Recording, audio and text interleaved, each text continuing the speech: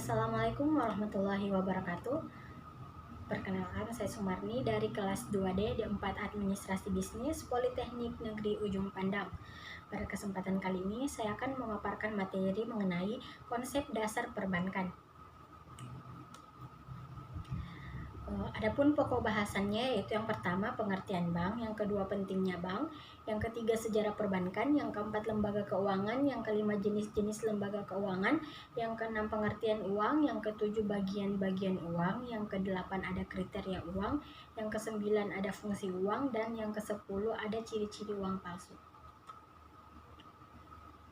Yang pertama itu pengertian bank.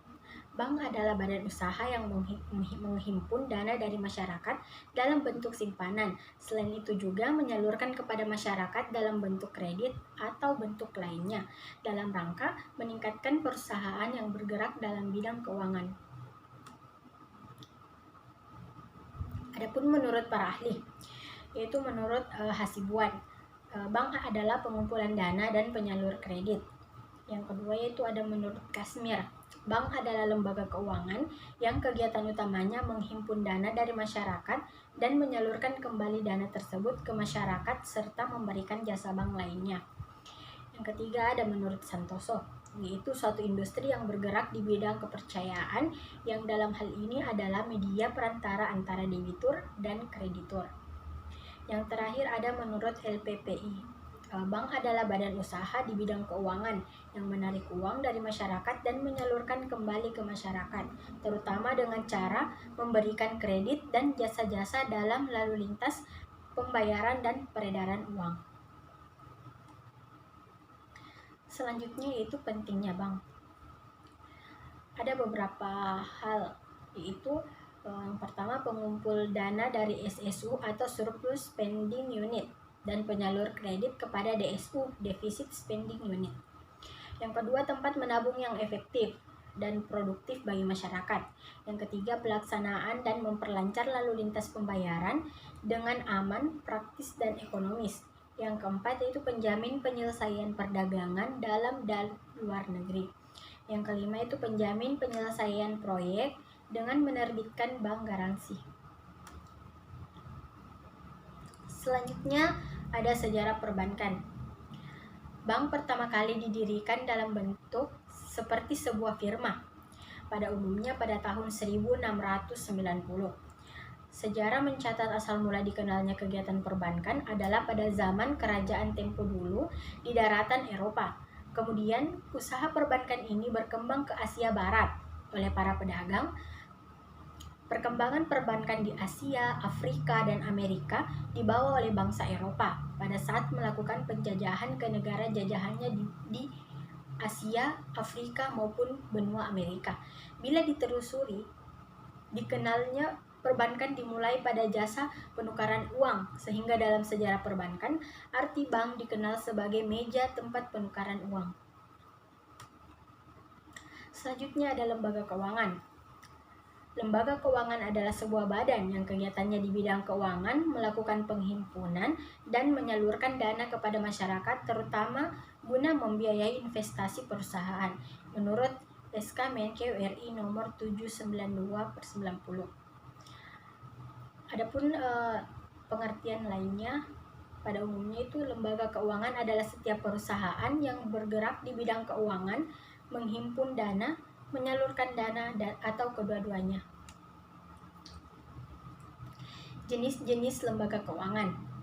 Lembaga keuangan dibagi menjadi dua, yaitu lembaga keuangan bank dan lembaga keuangan bukan bank. Lembaga keuangan bank meliputi bank sentral, bank umum syariah, dan BPT.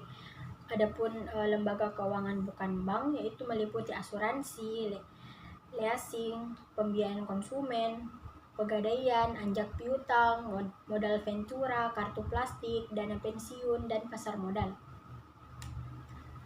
Selanjutnya ada pengertian uang. Secara umum, uang adalah suatu alat yang bisa diterima oleh masyarakat umum sebagai alat tukar-menukar ataupun alat pembayaran yang sah dalam suatu aktivitas ekonomi.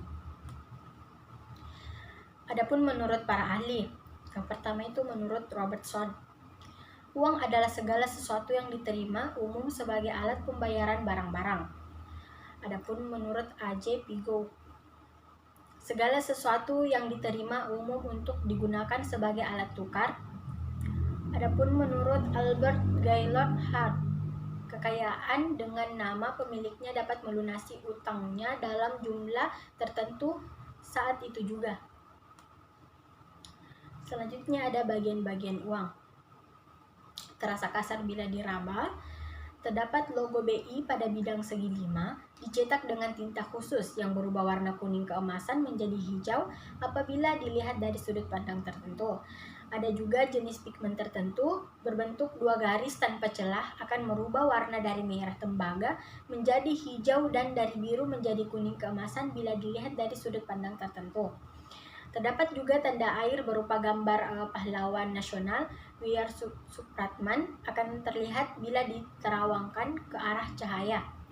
Ada juga tulisan BI berukuran sangat kecil yang hanya dapat dibaca dengan bantuan loupe.